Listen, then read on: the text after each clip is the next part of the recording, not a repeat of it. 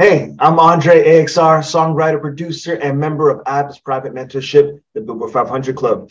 You're here on the Music Industry Contact YouTube channel where we do in-depth breakdowns of hit songs. In today's video, I'm going to be analyzing GIDLE's Oh My God. If you didn't already know, we cannot monetize these videos here, so our Patreon Golden Ear community means the world to us. Over on our Patreon, we have more exclusive content only found there, including early access to videos and polls, so you can help us select the next song to break down. If you haven't been supporting our channel over on Patreon, then we invite you to do so. We invite you to pledge and join us there. And if you have been doing it, then thank you so much. Without any further ado, let's get into GIDLE Oh My God.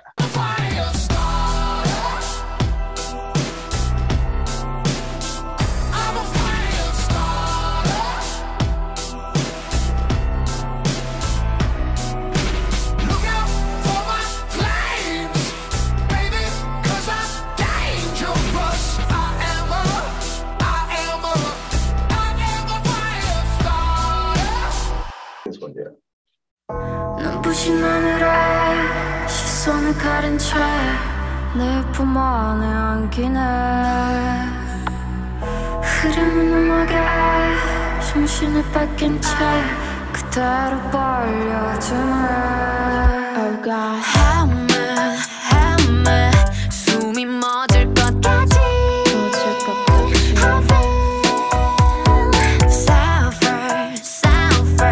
녹아버릴 것 같지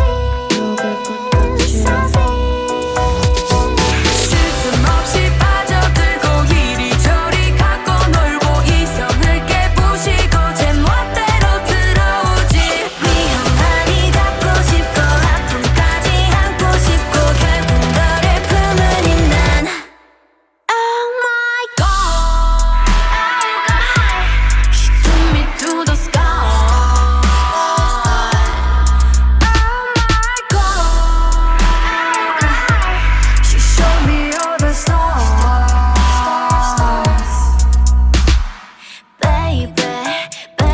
All right, cool. Let's stop it right there and let's go back.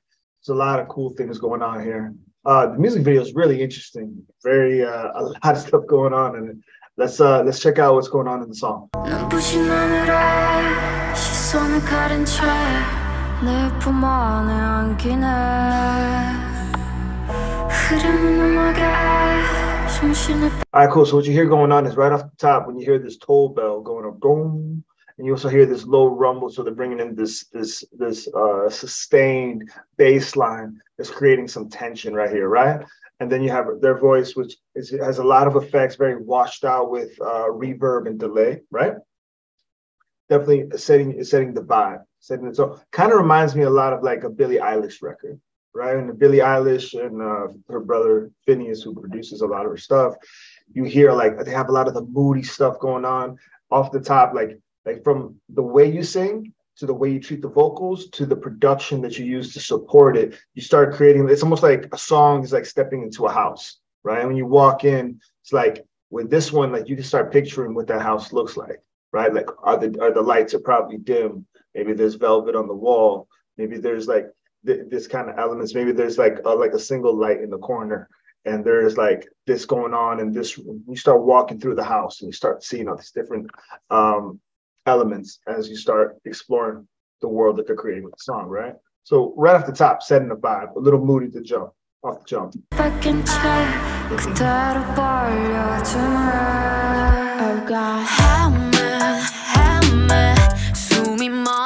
right, so you notice like this is a technique that they do right off the jump. One, you see power of three going on in the vocal melodies. If you go back, you could hear the different ways they're using it. And then what you hear is that you take all the music out just with her saying a single phrase, then boom, we go into the next section, which is almost kind of like a Latin kind of vibe, if you really feel it. I would reference like Camila Cabello's Havana, ooh, na, na, dum, dum, dum, dum, dum, dum. You almost have that same kind of rhythm there. So like we started with this ominous vibe, and then now we're stepping in. It's got a little bit more groove to it. Start picking up the pace. And then so you have all these vocal stacks going on, right, with these little harmonies, but then you have help me. Then it goes into another melody that hasn't gone into this register yet. So off the top, it's catching your attention, your ears like perking up, like, what is that? What's going on? So then all of a sudden it's like, okay, this is different. So it's keeping the story evolving, right?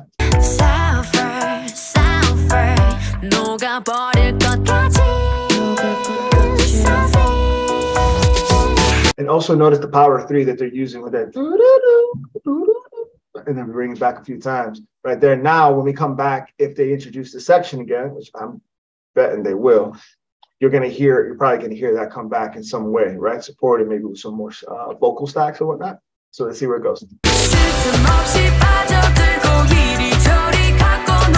Now here we got the pick up the bass with like a 4 on the floor kick, right?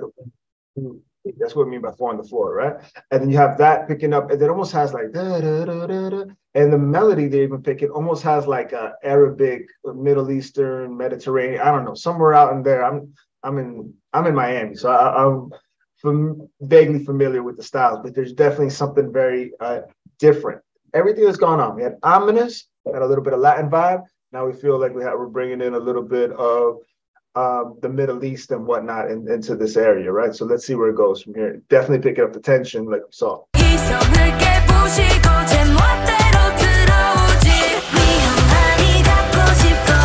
Take note right there, also the transitional elements going into that spot. Boom, then you know, like, all right, cool, this is the second half of this. It's ramping up the energy, and then it's going to pull everything out and do like what they call a halftime drop or a cut time, right?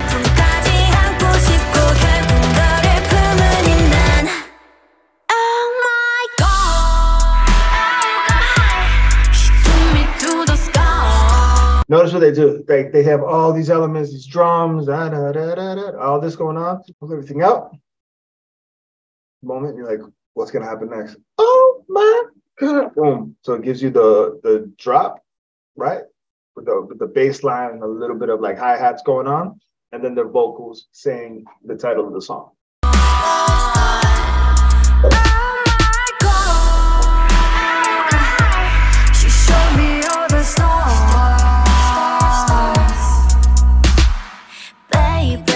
So now they're like, all right, cool. This is what the chorus is. We're gonna come back, and they'll probably double time that later and add more information to it as we go. So like, okay, cool. There's your first dose of the chorus within about a minute of the song. Boom, there's the chorus.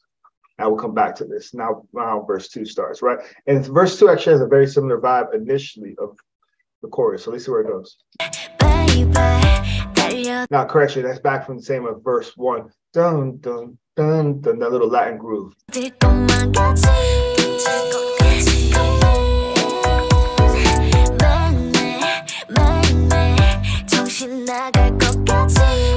even has a Latin piano if you're picking up on that, right?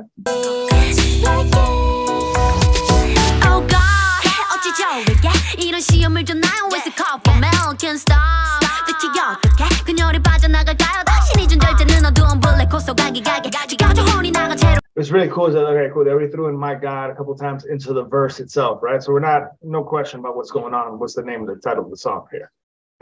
Now, as we continue, let's check out what happens next, right?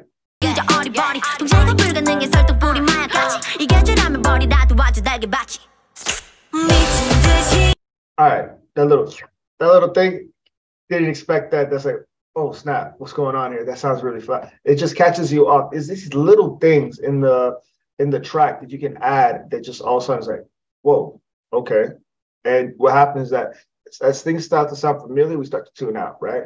And then with things from TikTok to other social media and other entertainment, like our attention span gets shorter and shorter as time goes on, right? Because that's like, what happens? How do you address that in a song? If you have ever looked up into the hit song checklist, which is on the Billboard500.com, one of the things it talks about is adding different elements to keep the listener engaged, keep them entertained. It's easy to tune out, especially if it's too familiar, right? Even if you do verse 1 and verse 2 are going to be similar, there's still going to be differences in the way they approach it, whether there's different change in the production or the way certain things are sung or vocal stacks that go on top of that. Those different things are going to add on to what you hear in the song, right? And also the way that she sang that is much different than what you heard in the first verse. So let's continue. This is now, we picked it back up and now we're off into the pre, right?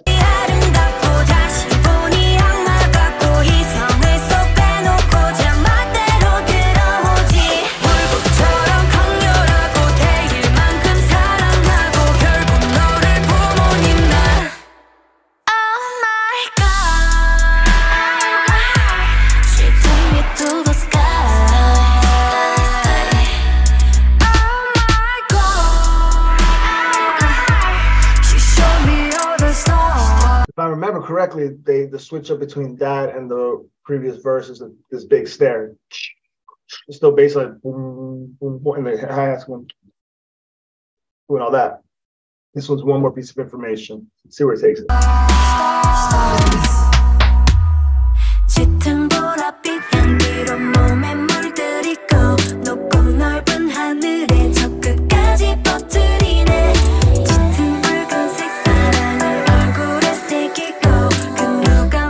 Listen to all those harmonies going on. So you have like the melodies, and you have these counter melodies filled with harmonies to it. You got these little vocal shots, like, these little like reverb, washed out, like little throws here and there.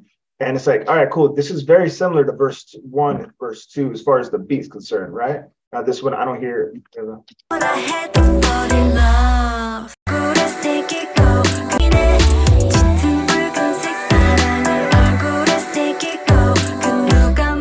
All right, they still have the piano in there too.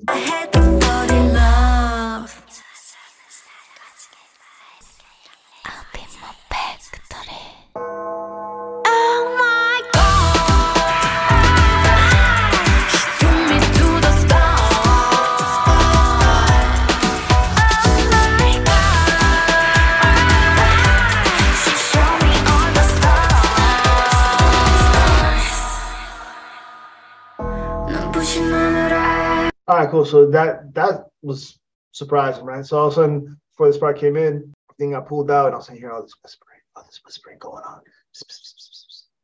Then all of a sudden it hits you, but then it has a different kind of drop with the chorus, right? Different production it went into, which was very interesting. By the way, this video is out there. I'll tell you that. You remember the intro? It's the same vibe. It's almost the same thing right here. Now they're bringing it in for the very end. Little different effect on that bass. It's almost like wobbling a little. Let me back it up a little here.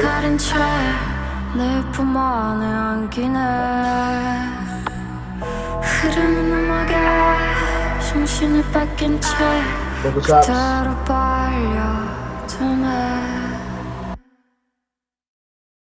Well, that felt like a movie. Very cool. All right. Before I give you my final thoughts on the song, I wanted to thank you for checking out my breakdown of GIDLE's Oh My God. If you liked it, please give it a like and subscribe to our channel for more. All right, so what I was really impressed with was the way that it set the tone and put you into the house, into the vibe from the jump, right? I like how it also ended with it too. That was really cool. I was impressed with the way that it would take, like, all right, cool. We're taking this almost like 4 different worlds, right? You almost have this ominous world, and you have this like Havana, like Latin rhythm going on. And you got like the house build up, almost like that Mediterranean vibe. And then the drop is like, oh my, like halftime. That's fly. I really like the way they took it out of different places. What I was surprised was when they went into that chorus, the Oh My God chorus near the end, where it had an interesting beat.